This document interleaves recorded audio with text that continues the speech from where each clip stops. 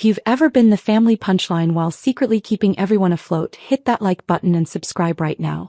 You're not going to want to miss what happened next. My sister Vanessa had always been good at presentations.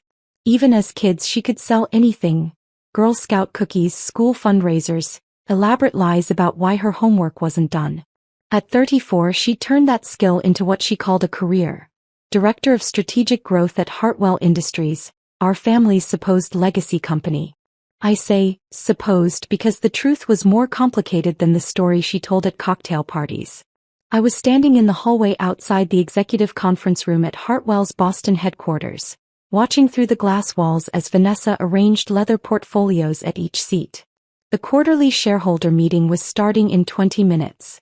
Inside, I could see Mom adjusting the floral centerpiece, because apparently a business meeting needed decorative touches, while Dad stood at the head of the table reviewing notes. The company my grandfather had founded in 1987 as a mid-sized industrial parts manufacturer had evolved over 3 decades. Or more accurately, it had struggled, pivoted badly, recovered partially, then struggled again. The Hartwell name still carried weight in New England manufacturing circles, but the reality behind that name was significantly less impressive than the mahogany-paneled conference room suggested. Vanessa spotted me through the glass and walked to the door, opening it just wide enough to speak through the gap. Her smile was the same one she'd used to exclude me from birthday parties when we were 12 and 9. "Jordan," she said pleasantly. "The meeting's starting soon. This is for family shareholders only."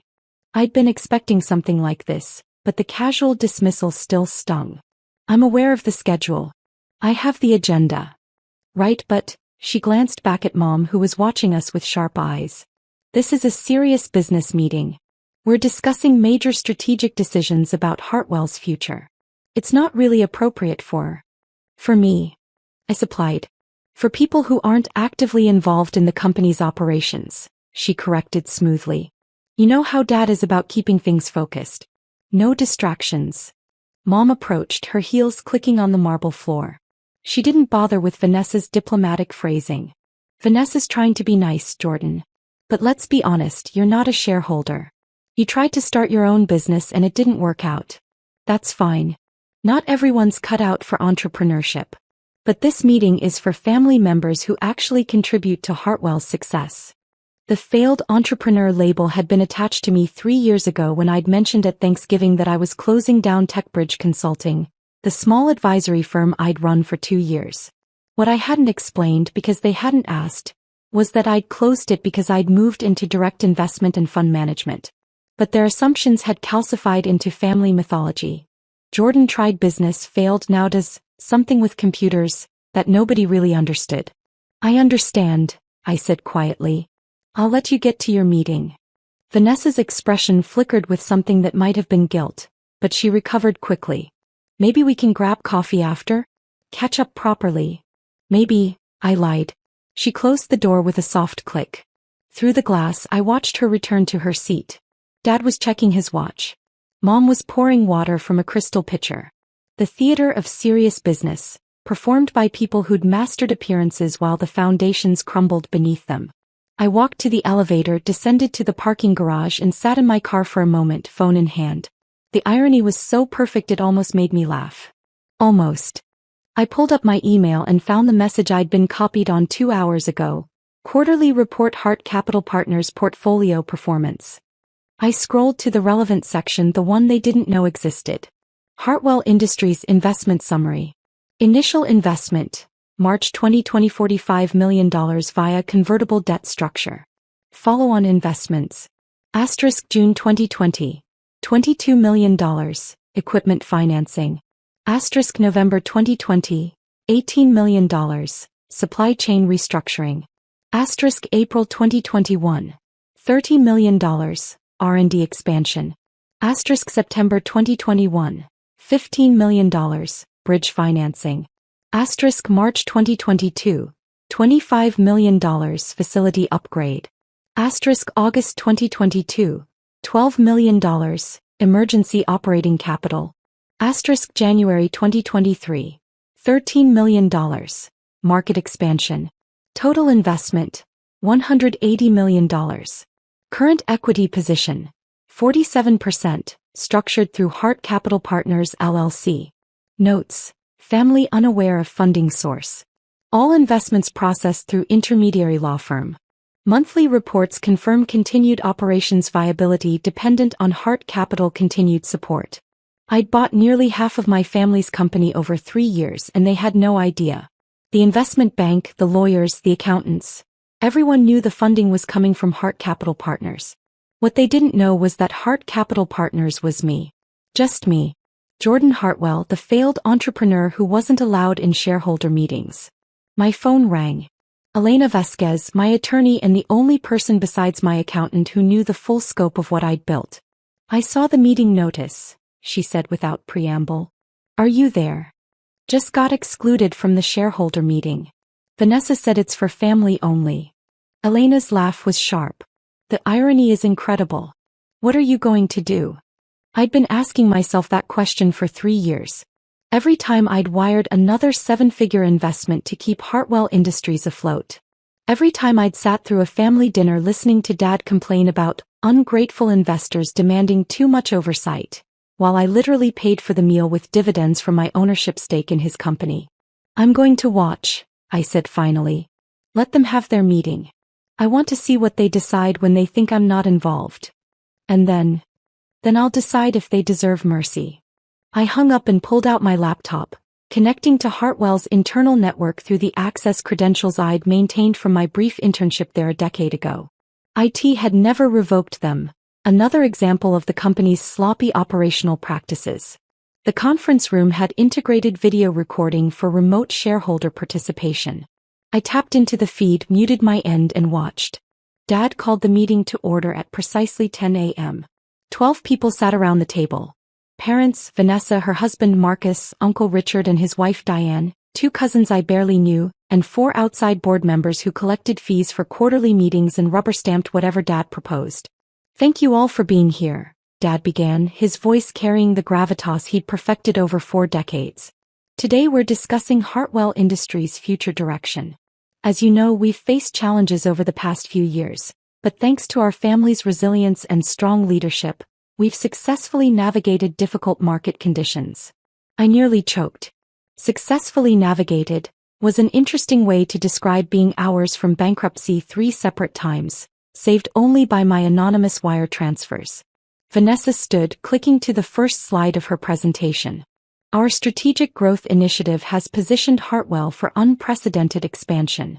We've secured several major contracts, upgraded our facilities and expanded our R&D capabilities." Every item she listed had been funded by my money. The facility upgrade, my $25 million. The R&D expansion, my $30 million. The contracts she mentioned had been won using equipment I'd financed. "The question now," Vanessa continued, "is how we capitalize on this momentum. We have an opportunity to acquire Bennett Manufacturing, a competitor that would give us significant market share in the aerospace components sector." Mom leaned forward, her expression eager. "How much are we talking about?" "Bennett's asking price is $85 million, Vanessa said. "But with our current positioning, I believe we can negotiate down to $72 to $75 million. Uncle Richard whistled low. "That's substantial. Where would the funding come from?" Dad stepped in smoothly. "We've been in discussions with our existing investment partners. They've indicated willingness to provide additional capital, given our strong performance." I sat up straighter in my car. That was news to me. And I was the existing investment partner he was referencing. "How much would we need to put in as a family?" one of the board members asked. "Minimal," Dad assured him. "Perhaps $5 million collectively to maintain our ownership percentage. The rest would be covered by our partners. Drop a comment and let me know where you're watching from tonight." I was already composing an email to my investment team. "Verify immediately. Has anyone from Hartwell Industries contacted Hart Capital Partners about additional funding for an acquisition?" The response came back in 3 minutes. "No contact received. No proposal submitted. No discussions initiative." So Dad was planning to commit my money, $70 million of it, without actually asking me. Just assuming the anonymous funding source that had saved his company repeatedly would continue to write checks on demand. The meeting continued. They discussed the acquisition timeline, projected synergies, market positioning. Vanessa presented pro forma financials that looked impressive if you ignored the fact that Hartwell's current operations were only viable because of my continued support. There's one more thing, Mom said, her tone shifting to something more pointed. We need to discuss equity distribution. Vanessa nodded, advancing to a new slide. As we grow, we need to ensure ownership reflects actual contribution. Some family members have been more involved than others in building Hartwell's success. I knew where this was going before she said it. I'm proposing we restructure family holdings, Vanessa continued. Those of us actively managing the company should have larger ownership stakes. Those who aren't involved, she paused delicately, should consider divesting their shares back to active family members at a fair price. Who exactly are you talking about? One of my cousins asked, though his tone suggested he already knew. Jordan holds a small stake from Grandpa's estate, Vanessa said, as if I weren't her sister but some distant relation. 5%. Given that he's not involved in operations and the shares are relatively modest, I think we should offer to buy him out. It would simplify our ownership structure. My small stake from Grandpa's estate was actually 10%, not 5%. Another detail they'd gotten wrong through sheer negligence. But that wasn't what made my blood run cold. It was the casual dismissal, the assumption that I'd just hand over Grandpa's legacy because Vanessa wanted a cleaner cap table for her PowerPoint slides. I think that's reasonable, Mom agreed quickly. Jordan's doing fine with his little consulting work or whatever he does now. He doesn't need the headache of being a shareholder in a serious business. Dad nodded. I'll have the lawyers draft an offer. Something fair. Maybe 1.2x book value. Book value. 4 shares in a company whose actual value existed only because I'd invested $180 million to keep it functioning. Shares that, at fair market value given my capital infusion, were worth far more than the fire sale price Dad was proposing. There's one other consideration, Uncle Richard said carefully. Our mystery investor. Hart Capital Partners. They've been very generous with funding, but we don't actually know who they are or what they want. I've tried to get more information, Dad admitted. But they operate through layers of legal intermediaries. Anonymous LLC structures. The lawyers say it's not unusual for private equity firms to maintain confidentiality. It makes me nervous, Diane said. What if they decide to exercise control? They own, 40% of the company now. 47%, Vanessa corrected, consulting her notes. But they've been completely hands-off. No board seat requests, no operational interference, minimal reporting requirements. Honestly, they're the ideal investor. Money with no strings. Marcus, Vanessa's husband, spoke up. He worked in private equity, which made his next statement particularly rich. That's actually unusual. Most investors at that level want significant control. The fact that they don't suggests either they're incredibly patient or they're planning something we haven't seen yet. Should we be concerned? Mom asked. I think we should be proactive, Marcus said. Before we move forward with the Bennett acquisition, we should try to get better terms from Hart Capital. Maybe even negotiate a buyback of some of their equity. Lock in majority family control before they wake up and realize what they own. I was taking notes now, documenting every word. My lawyer was going to love this. The meeting wrapped up with Dad assigning action items. Vanessa would lead the Bennett acquisition due diligence. Marcus would develop strategy for negotiating with Hart Capital, and the lawyers would draft the buyout offer for my shares. As people filed out of the conference room, I heard Vanessa say to Mom, Jordan's going to be upset about the buyout offer. You know how he gets about Grandpa's legacy. He'll get over it, Mom replied dismissively. It's not like he built anything himself. Some people are doers, some people are support staff. Jordan should accept his role. I closed the laptop and sat in the dark parking garage, my hands shaking. Not with hurt. I'd moved past being hurt by their dismissal years ago. No, this was rage. Cold, calculated rage at the sheer audacity of people planning to strip away shares given to me by the one family member who'd believed in me, all while spending my money and planning to commit millions more without my knowledge. They wanted to negotiate with Hart Capital Partners? Perfect. I'd give them a negotiation they'd never forget. I drove to my office in Cambridge, a modest suite in a building I owned through one of my property LLCs. My team was small but exceptional. 3 analysts, 2 lawyers and my CFO David Chin, who'd been with me since I'd started building my investment portfolio 5 years ago. Conference room now, I said, walking past their desks. We need to discuss Hartwell Industries. 10 minutes later, I'd briefed them on the morning's meeting. David's expression grew darker with each detail. They want to commit your $70 million without asking and buy out your legacy shares for pennies? He said flatly. That's beyond arrogant. That's actionable. Elena, patched in via video call, nodded agreement. The good news is you have complete control here. You own 47% of the company through Hart Capital, plus your 10% legacy shares. That's 57% total. You're the majority owner. They don't know that yet, I said. The legacy shares are in my name, but they've been so dismissive they haven't bothered to check current registration. And they still think Hart Capital is some mystery entity. So what's your play? David asked. I'd been formulating it since I'd left the parking garage. They want a meeting with Hart Capital Partners to discuss the acquisition funding and potential equity buyback. Let's give them exactly what they asked for. Hit that subscribe button if you've ever had to prove yourself to people who should have believed in you from the start, because what happened next was perfect. The meeting invitation went out 3 days later, through the same law firm that had been handling all Hart Capital communications with Hartwell Industries. The email was professional, formal, and deliberately vague. Hart Capital Partners acknowledges receipt of Hartwell Industries' request for expanded investment discussion.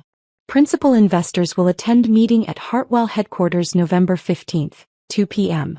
Please ensure all shareholders of record present for comprehensive discussion. Dad called me that afternoon, his voice strained with artificial warmth. Jordan, we're having an important investor meeting next Tuesday. Family shareholders should be there. I know we haven't always included you in these things, but this one's critical. What's it about? I asked, keeping my tone neutral. Our primary investor wants to meet face to face. We need to present a united family front. Can you be there? I'll make it work, I said. Good. And Jordan, he paused. Wear a suit, okay? First impressions matter. I hung up before I said something I'd regret. The next week moved slowly. I prepped my team on exactly how the reveal would unfold. Elena drafted documentation. David prepared financial summaries. I rehearsed staying calm, professional, unmoved by whatever reactions came. On Tuesday morning, I dressed in my best Tom Ford suit, charcoal gray, subtle pinstripe, the one I wore for major negotiations. I arrived at Hartwell Industries at 1:45 p.m. and went straight to the conference room. The setup was almost comical in its transparency. Dad at the head of the table, Vanessa to his right with presentation materials ready. Mom had positioned herself near the door, presumably to greet the mystery investors when they arrived. Uncle Richard, Diane, Marcus, and the board members filled out the rest of the seats. They'd left 2 empty chairs at the opposite end of the table from Dad, positions of supplication, where the investors would sit looking up the table at the Hartwell family's united front. I took one of those empty chairs. Jordan, not there, Mom said quickly. Those are for the investors.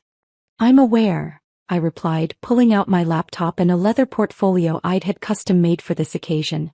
Hart Capital Partners embossed in gold on the front. Vanessa frowned. What are you doing? The meeting starts in. The conference room door opened. Elena walked in, followed by David and 2 of my analysts. All in business formal, all carrying matching portfolios. Good afternoon, Elena said professionally. Thank you for accommodating this meeting. I'm Elena Vasquez, General Counsel for Hart Capital Partners. This is David Chin, Chief Financial Officer, and our investment analysis team. The confusion in the room was palpable. Dad stood halfway up, looking between Elena and me. I don't understand. Where's the principal investor? I supplied, standing and extending my hand across the table to Dad. Right here. Jordan Hartwell, founder and managing partner of Hart Capital Partners, LLC. The silence that followed could have been cut with a knife. Vanessa recovered first. That's not funny, Jordan. This is a serious business meeting. I'm entirely serious, I said calmly. Elena slid a document across the table to Dad. That's the complete investment history between Hart Capital Partners and Hartwell Industries. Initial investment of $45 million in March 2020, followed by 7 additional capital infusions totaling $135 million. Combined total, $180 million. Dad's hands shook as he picked up the document. His face went gray as he scanned the figures. You. Mom's voice cracked. That's impossible. You don't have that kind of money. You're a failed entrepreneur? I finished. That's what you called me. What you've been calling me for 3 years. In reality, I closed TechBridge Consulting because I'd built a $300 million investment portfolio and managing a small advisory firm was no longer a valuable use of my time. David placed another document stack in front of Vanessa. These are certified financial statements for Hart Capital Partners. Current assets under management, $340 million across 23 portfolio companies. Hartwell Industries represents approximately 53% of deployed capital. We are, by significant margin, your largest investor. Marcus's face had gone white. As a private equity professional, he understood the implications faster than the others. You own 47% of the company, combined with your legacy shares. 10%, not the 5 my sister quoted in last week's meeting, I interjected. I'm aware you all watched that meeting.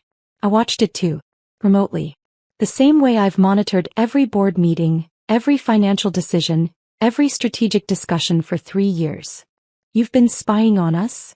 Vanessa's voice rose. I've been monitoring my investment, I corrected coldly. The same way any rational investor would. And what I've observed is troubling.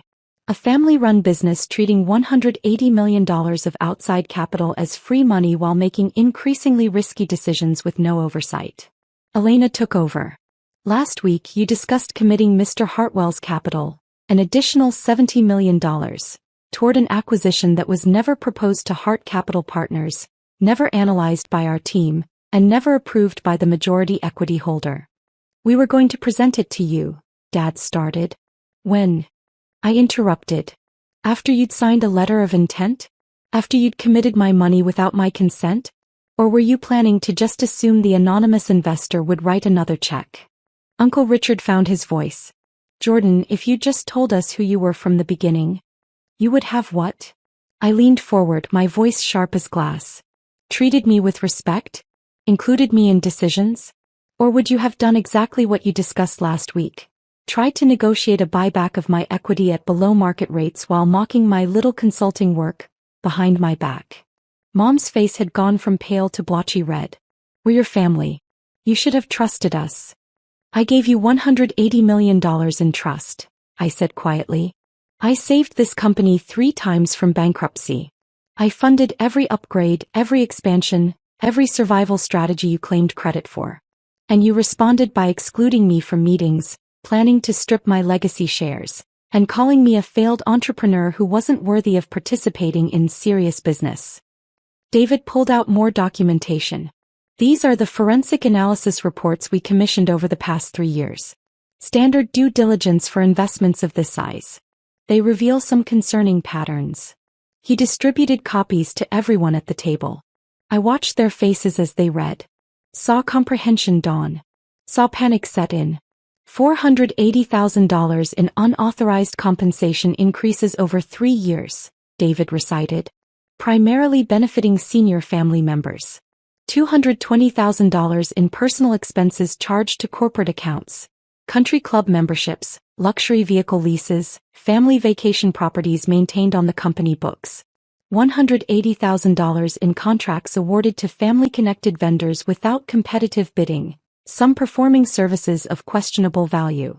Vanessa was shaking her head frantically. Those are legitimate business expenses. They're self-dealing and potential shareholder fraud, Elena said flatly. Mr. Hartwell has been more than patient.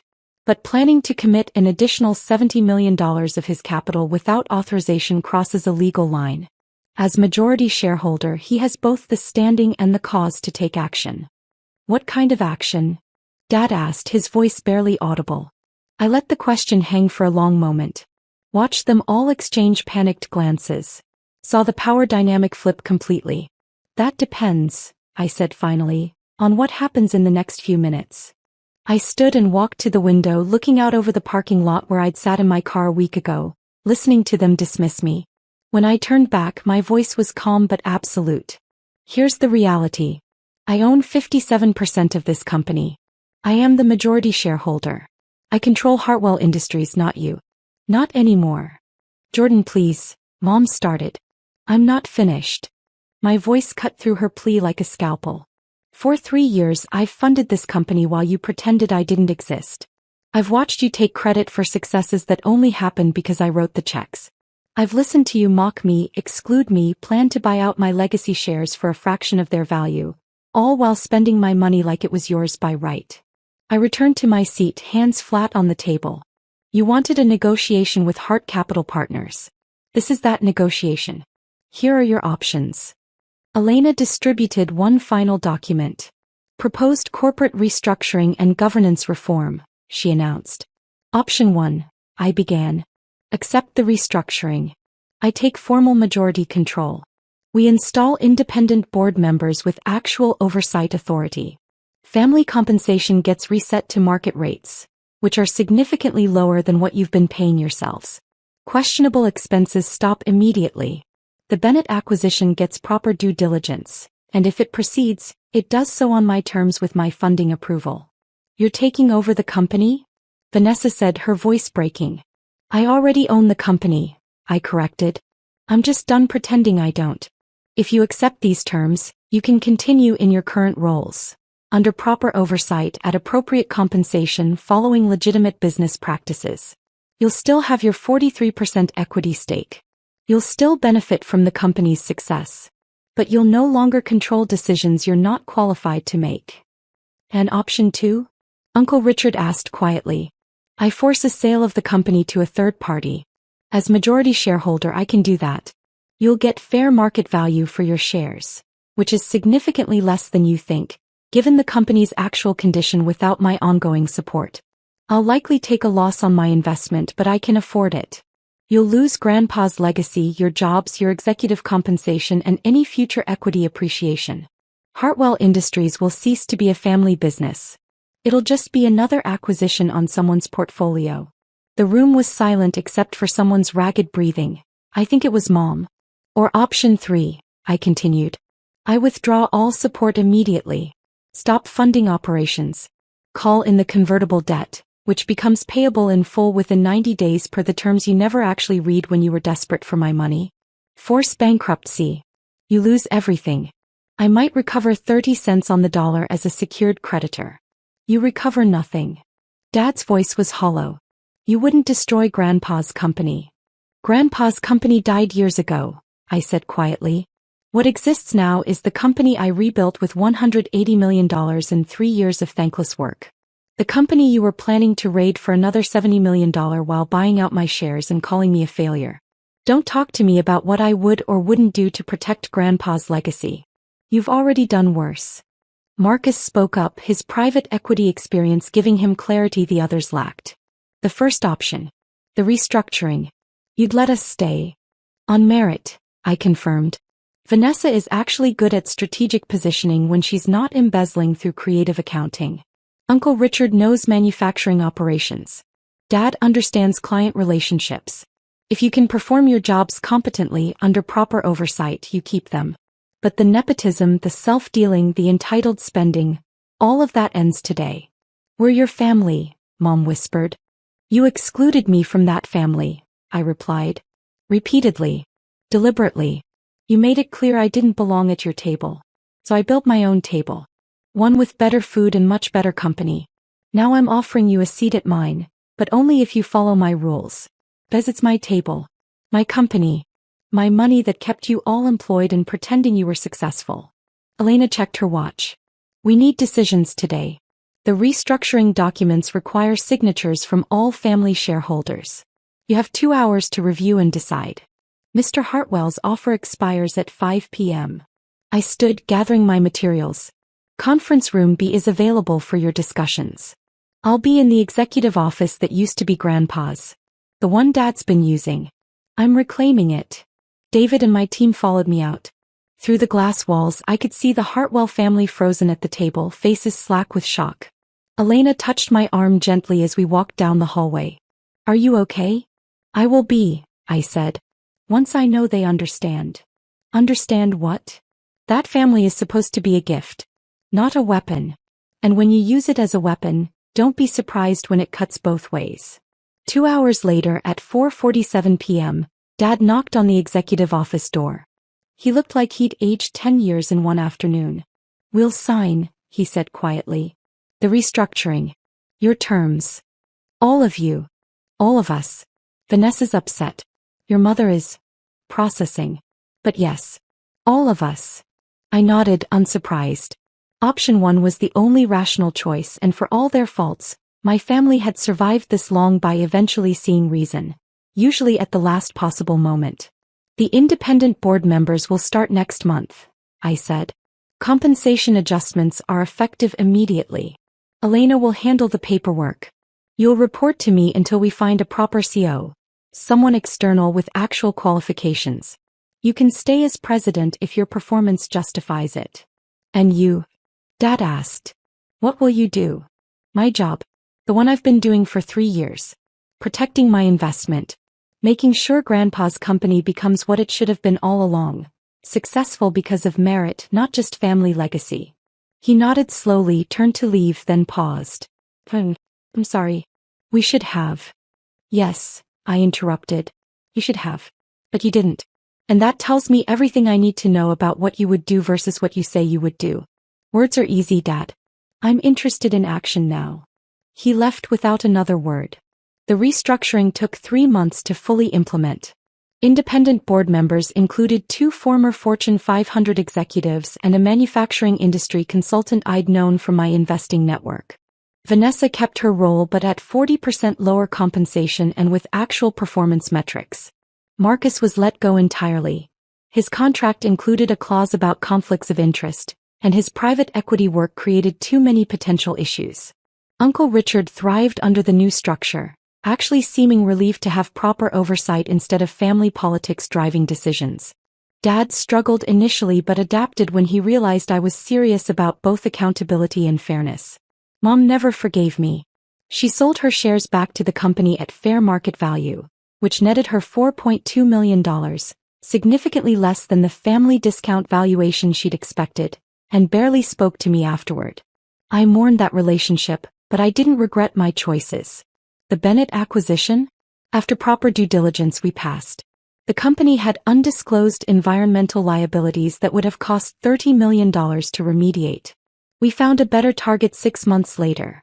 Smaller, cleaner books, better cultural fit. That acquisition worked beautifully. Hartwell Industries became profitable under the new structure. Genuinely profitable, not just surviving on my capital infusions. We expanded operations, improved efficiency, and started attracting outside interest from strategic partners. 2 years after the restructuring, the company valuation had increased 300%. My 57% stake was worth more than my entire original investment. I built an office in Cambridge for Hart Capital Partners, hired 10 more employees, and expanded into new investment sectors. The Hartwell success story, the turnaround, not the family drama, became a case study I used to attract other portfolio companies. Vanessa and I achieved something like détente. We worked together professionally, maintained boundaries personally. She never apologized, not explicitly, but she stopped treating me like I was invisible. That was enough. Grandpa had left me those shares because he'd seen something in me that the rest of the family had missed. He'd known I'd need them someday, known the family would eventually reveal their true nature. The note he'd left with the stock certificates had been simple. Use these wisely. Build something real. I had. Not despite my family's dismissal, but because of it. Every time they'd excluded me, I'd built something they couldn't control. Every time they'd called me a failure, I'd made decisions that proved them wrong. Every time they'd underestimated me, I'd quietly moved 10 steps ahead. The family dynamic settled into a new normal over the years. Holiday dinners remained awkward but functional. Dad and I developed a working relationship based on mutual respect rather than assumed hierarchy. Vanessa's children called me Aunt Jordan, and knew me as the CEO who'd saved their inheritance, not the scapegoat their mother had once dismissed. But I never forgot what they'd said in that conference room, planning to strip away my legacy while spending my money. Never forgot being blocked from my own shareholder meeting. Never forgot being called a failed entrepreneur by people whose success existed only because I'd funded it. Some things you forgive. Some things you just file away as lessons about who people really are when they think you can't fight back. I framed the first stock certificate Grandpa had given me and hung it in my office, next to a photo of him at the original Hartwell factory floor in 1987. Below it I added a small plaque with a quote I'd written: "Success isn't about proving people wrong. It's about building something so undeniable that they have to acknowledge what was always true." If you've ever had to walk away from being underestimated and just let your results speak for themselves, tell me your story in the comments. What would you have done? Sometimes the best revenge isn't destruction. It's just becoming exactly who you were meant to be, with or without their permission.